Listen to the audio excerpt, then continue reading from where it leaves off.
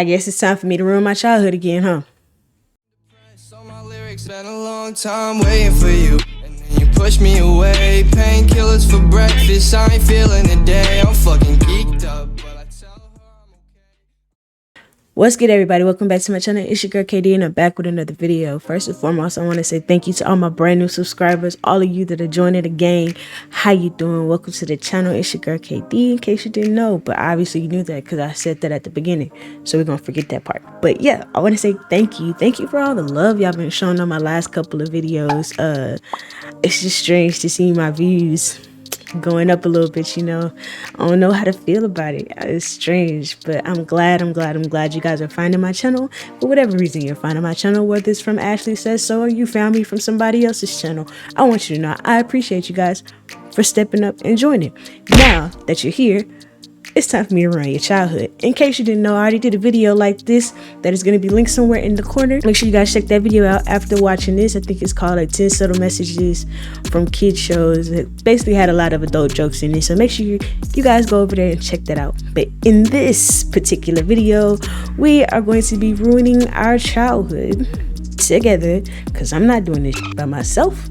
We're going to be ruining our childhood, called 10 Dark Cartoon Theories That Will Ruin Your Childhood. Take a shot for every time I say ruin your childhood. You'll probably have alcohol poisoning. Don't do that. Drink responsibly. But we're going to get into this video together. Let's do it. So as you can already see, this is making me feel some type of way because of how it looks, but we're gonna get past that and let's get into it. Cartoons are perfect entertainment for growing children. With zippy music and outrageous action, they hold kids' attention and activate their imaginations. Some shows work to entertain kids and their parents by subtly adding in some very mature themes. Paying close attention to some cartoons can get dark. From a broken fairy family to bossing around babies, here are 10 dark cartoon theories that will ruin your childhood. Before we begin, make sure to hit that like button, subscribe to our channel, and click the notification bell for more amazing videos every day. That being said, let's begin. Number 10. Fairly Odd Parents, Double Troubles. Timmy Turner is a neglected boy with a very active imagination. The show centers on the misadventures of Timmy and his flying magical godparents who grant his every wish. Cosmo and Wanda are loving godparents. However, their interference in Timmy's life usually goes wrong. It's not a far stretch to think that Timmy created them from his imagination because he doesn't get enough love. I don't think it's their interference. I think it's more like Cosmo's interference more so ruins Timmy's stuff, but not Cosmo. I like Cosmo. Cosmo's probably my favorite. Of support and guidance from his cold parents. But why are they so distant? Some superfans think Mr. and Mrs. Turner are wounded by a tragic past. There are subtle hints that Timmy wasn't the only child born to the family. Timmy may have had a twin sister. Here are the clues. In the episode Channel Chasers, we get a future look at Timmy's family, and he's got twins. Having fraternal twins is a hereditary trait, meaning his mom could have carried twins. If you listen carefully to the dialogue, you'll notice they call Timmy their only son, not necessarily their only child. Plus, look at how outrageously large his mom is in this flashback. There isn't a lot of material out there to cheer up bereft parents, and maybe creator Butch Hartman has used 16 seasons of the Fairly Odd Parents to help the people he cares about deal with loss. Okay. I feel like that one was a bit of a stretch. I feel like they took that plane and flew that shit over the Bermuda Triangle and landed somewhere on that theory, because I do remember the episode when Timmy had a twin. I can't really remember the basis of the episode particularly, but to say he has a twin and the size of his mom's belly, I mean, people, their size depends on the person. It doesn't really say, but I think that one was a stretch. Try again. Number 9. The Rugrats are imaginary characters. I remember this one. This next theory makes more and more sense the longer you think about it. It kind of does. It centers on a group of babies that play together in their small neighborhood. We take for granted that all kinds of cartoon characters normally wouldn't talk. Animals, even cars have personalities in the animated universe. But Rugrats is so low on cartoonish action and high on realism, it does stick out a little that the babies talk. The only kids big enough to talk are Angelica and Susie. Consider this. Angelica, clearly a troubled child, made the babies up in her... Angelica was crazy. Angelica was crazy as hell. My grandma hated the Rugrats because she hated Angelica specifically. Like she honestly didn't really want us watching the Rugrats because of Angelica. Like she felt like Angelica was gonna be an influence on us. But I mean, you know, it's grandparents for you. But she was crazy. Angelica had issues, and I was a child, and I felt like Angelica had issues. her mind for someone to talk to and terrorize. How is it Phil and Lil are both identical and fraternal twins? Maybe Angelica doesn't understand the biology and just rolled with it. The Pickles, Tommy's family, is dysfunctional. The patriarch Stu compulsively builds toys in his basement, a plausible obsession for a bereft dad. Same with Chucky's family. Chucky's dad Chaz is neurotic, and we know that Chucky's mom died in a car accident. Angelica's only real friend is Susie, who maybe tolerates her out of pity. Number 8. SpongeBob's hometown is the bomb. Bikini Bottom is a tight-knit community at the bottom of the sea. It's home to SpongeBob, Patrick, and all the other crazy characters. One fan theory insists that this world is so crazy as a result of fallout from a nuclear explosion. The US colonized a group of isolated islands in the Pacific Ocean called Bikini Atoll, anglicized to Bikini Atoll. In the 40s and 50s, the US used these beautiful tropical islands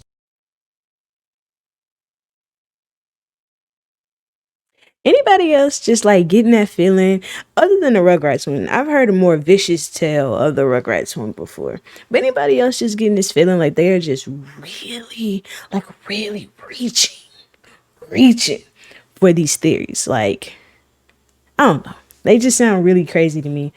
I personally don't agree with them, but I mean, if y'all want to run with them and y'all are entertained by this, cool. But I'm just going to personally say, I do think Bikini Bottom is very weird, such as, why is there a beach underwater? Why can't they go swimming underwater? I think I specifically remember an episode of SpongeBob drowning in the sea that's in the sea.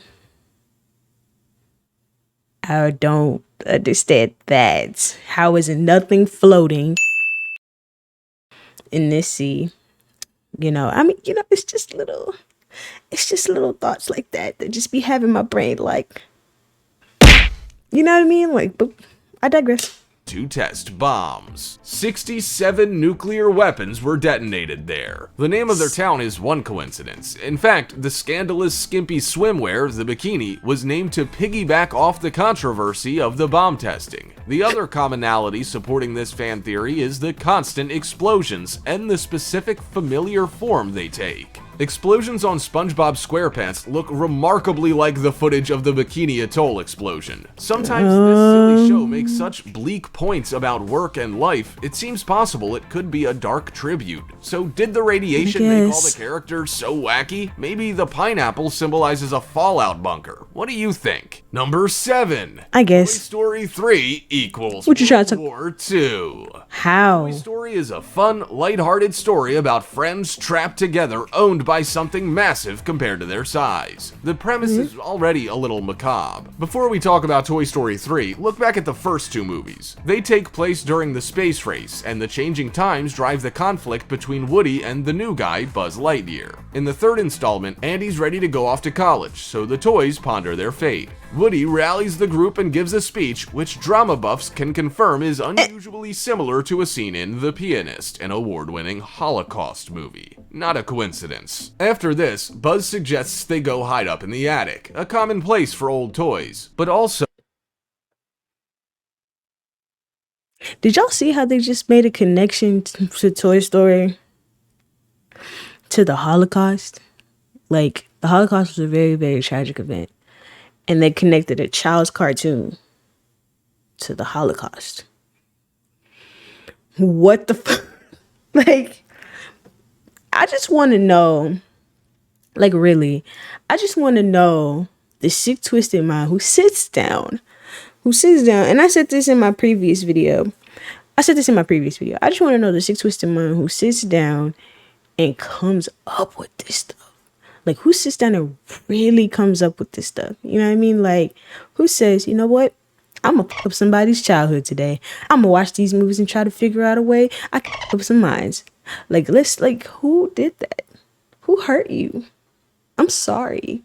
I'm sorry for you that they hurt you enough to try to hurt us with these childhood traumas that you're causing. Cause like, why? But whatever. I digress. I play.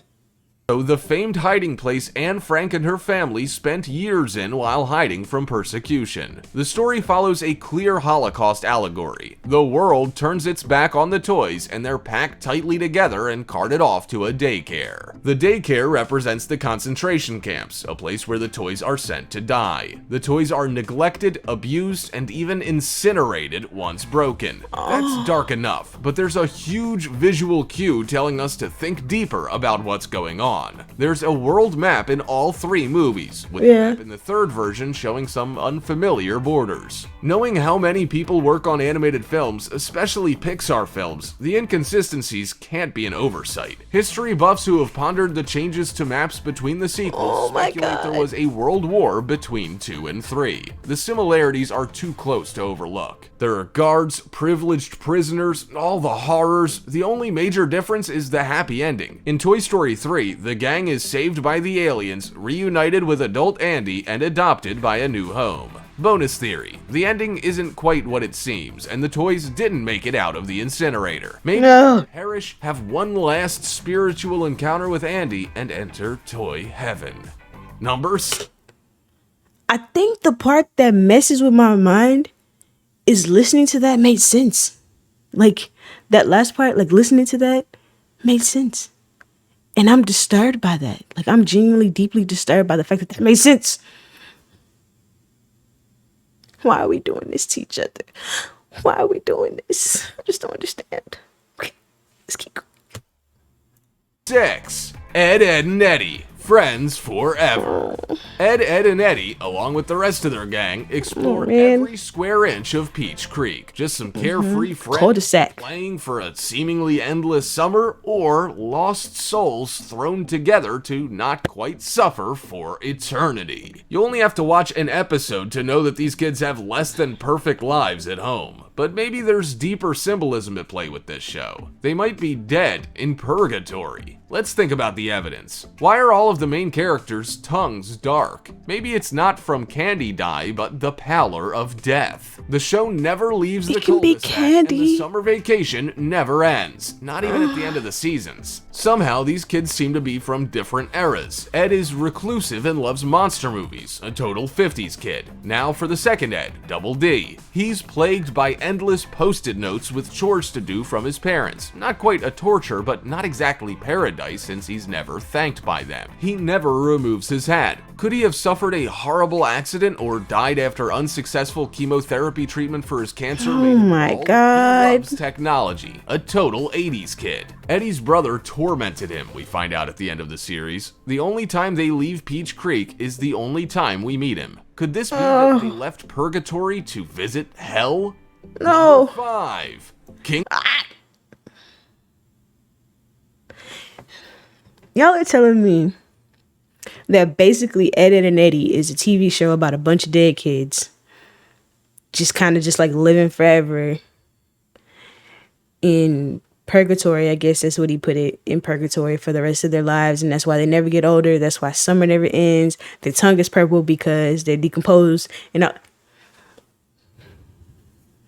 I'm just saying, like, what twisted mind comes up with these things? I'm hurt.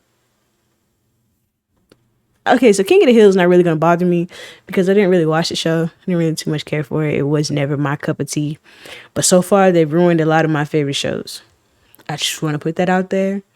I'll probably never heal from this. And to the finest, or finer, the finest, it is all your fault. It is all your fault. I'm probably going to be traumatized for the rest of my life. I'm never going to watch these shows the same. And it's all your fault. Okay. Of the Hill's paternity plot. This show about a quaint Texan dad and his neighbor buddies is chock full of slow burn jokes and smart references. Watch a few episodes and you can't miss the truth about the neighbor boy Joseph Gribble. It's painfully obvious that John Redcorn, Nancy's longtime lover, is the real father. Obvious to everyone but Dale. At one point, conspiracy happy Dale rational. Okay, this is post-edit KD. I am editing this video, and to be honest with you, this blank face that you see is me. I am confused. I have no idea what's going on in King of the Hill. I'm trying to understand, but I don't, so forgive me. I just want to pop in and say that. Enjoy the rest of this video. Realizes his son is so different because he's an alien. Whether we're laughing at Dale or taking pity on him, we are falling for the writer's misdirection. Just as Dale is oblivious about Joseph's parentage, audiences were slow to pick up on Bobby's real father. We all know Hank has a narrow urethra, but have you ever noticed that Bobby doesn't resemble Hank very much, physically or with his personality? How about the way Peggy gets annoyed whenever Bill's around? One time, Bill confesses he and Peggy were intimate in a moment of weakness, to which Hank replies, "No, you didn't, Bill." We laugh at Dale for being oblivious, while the writers are laughing at us. We knew creator Mike Judge was a genius when he created Beavis and Butthead, but sweet lady propane did he ever get us with this one? Number 4. Sweet Lady Who Framed Propane. Roger Rabbit? Hey, Jessica Historically Rabbit. Kinda. Audiences got more than they planned on watching this live-action cartoon. That was a crazy The silly cartoon. romp about clearing the name of a lovable misfit quickly turns into an allegory for institutionalized racism. The What? parallels between Toontown and America's dark segregationist history are undeniable. When you watch Who Framed Roger Rabbit as a child, it hurts to see humans hate cartoons. Toons, they call them, and you understand that's a slur. Judge Doom executes cartoons at will. Older kids might understand that's lynching. Watch as an adult and you understand the whole premise is about systemic racism. Judge I never got that. I never got that. I never saw that. What the hell? I literally never got racism from this. I mean, I can see now how you can connect the two, but I literally never, ever watched Who Framed Roger Rabbit and saw an undertone of a racism conversation. Never. It was just, I just never understood why the adults hated cartoons so much. And he was crazy. This guy right here, he was crazy.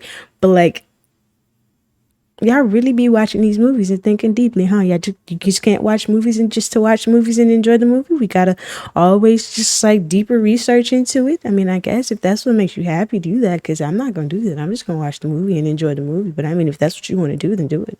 Doom has nobody stopping him from dissolving guilty Toons in his dip, and his plan to dismantle the Toons trolley to build a highway for rich people is the pure lawful evil you can read about in human news today. Even our human protagonist, Eddie, wants to believe that the residents of Toontown he's friends with, like Roger, are some of the good ones. The fact that Eddie struggles with his unnatural attraction to Jessica Rabbit makes this theory hit you like a pie in the face.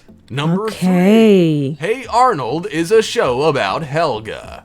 This one doesn't take much evidence to make you consider it could be true. As kids in the 90s, we took for granted I need the evidence. I need the evidence to know that the show's about Helga. Let's go. Arnold being the protagonist. His name is in the title. But who is actually saying that? It's always Helga. At first, Helga is the villain of the show, always bullying Arnold and calling him football head. Her unrequited love 'Cause he has a the football main head. constant throughout the show. Most shows That's with true. bullies rarely, if ever, show their home life and explain why they're bullies. Nelson from The Simpsons has a neglectful family. Roger from Doug has a neglectful family. The Fonz, say it with me, had a neglectful family. It's a repeated trope that her father calls her only the girl, and both favor her big sister, Olga. For just a bully, that's a lot of backstory. It's unhealthy to teach kids that when someone's mean to them, it's because they like you. This cartoon takes this idea on directly. Eventually, Helga did confess her true, intense, poorly directed. Okay, hang on. Time out. I always thought growing up, I didn't think about it as a kid, but as an adult going back and thinking about this, I never understood why adults told us that when, say for me, when I was growing up, my people would tell me that when a boy bullies you, it's because they like you. No, it's because they hate me. Why would you want to hit on me to get literally physically hit on me to get my attention? That does not, what? What do you mean? How is that okay? If a boy comes up and it's just And then he's like, next week he sends me a note that says, will you be my girlfriend? Like, I'm supposed to say yeah. Ain't that like introduction to something that I don't like? You know what? I'm not even gonna go there. I just know don't teach that to your kids. If you're watching this and you're gonna be a parent, or you're growing up and you plan on having kids, do not teach your kids that getting bullied is a way to like that person loves you or want to be with you. That's not okay. That's not okay. I'm just saying, that's not okay. All right, let's go. Feelings for Arnold. Number 2. Zazu is a traitor. If the line, "I've never seen a kind of beast with quite so little hair," is hinting... Okay. You messing with my favorite movie now. You messing with my... Look, Lion King is my all-time favorite movie. You messing with it now. But I'm gonna listen. I'm gonna listen to what you gotta say. Go ahead and say what you gotta say.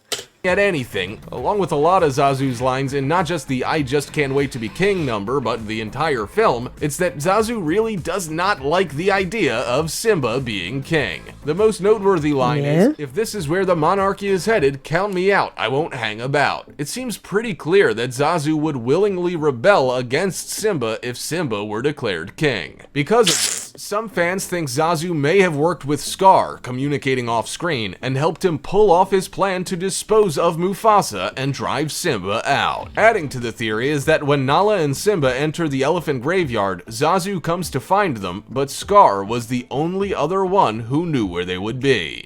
Number 1. That's because he told them to go there. That's because oh my God. If y'all don't remember in the story, Simba's dad told him not to go to the elephant graveyard. He said that's basically not their territory and to never go there. You know, it's dangerous. And he went anyway after he told his uncle Scar that his dad told him he wasn't allowed to go to the elephant graveyard. And then he convinced him that it was his magical place and he should go. And he went. For y'all to sit down and say, oh yes, this makes sense. Zazu, obviously, you know, he wasn't around. He was over there talking to Scar all the time. He must have told Scar, like, let's try to convince Simba to go on over to the Pride Lands, and once he gets out of the Pride Lands, let's try to convince him to get stampeded and all these different things so that we can kill Mufasa. And once we kill Mufasa, we can run away, Simba, and then boom, we'll have over the kingdom. Have you lost your scruples? Like, what? Y'all dug. I'm talking about y'all dug for that. Like, that's crazy. Inspector Gadget is a replacement for a deceased man. Some people think Inspector Gadget is more than just a cool robot policeman. Some people think he's actually the second Inspector. These theorists believe Inspector Gadget was built as a robotic replacement for a human inspector who lost his life on the job. But here's where things get more interesting. The original Inspector did not lose his life. He went missing, and upon finally returning home, horribly disfigured from the ordeals he experienced, he sees a robot living his life and snaps. He became Dr. Claw. Has this list changed the way you remember your favorite cartoons? Are you gonna go back and watch them again now that you're older and wiser? Also, check out our other cool stuff showing up. Okay, we're gonna end that. All I know is that has to be the most far-fetched. Most of these theories have to be the most far-fetched things I've ever seen. Now, I've heard the Ed, Edd, and Eddy theory told a different way. I've heard the Rugrats one told a different way. But the rest of them, I'm talking about, they reached high on that mountaintop and completely missed the promised land trying to figure this out. Like, that's so crazy to me. But that's the end of this video. I hope you guys enjoyed it. Hope you guys enjoyed my commentary to it. I hope it made you laugh. I hope it brightened your day a little bit. Again, if you like this, make sure y'all like, comment, and subscribe on this video. It will mean everything to me. Make sure that you guys go check out my other 10 subtle messages in kids shows popping up in the corner again. Make sure you follow me on all my social medias popping up on the screen somewhere and in the description below. I love y'all more than anything. And yeah, that's it. I hope you guys come back for the next video. And remember that God loves you, not the two. Peace.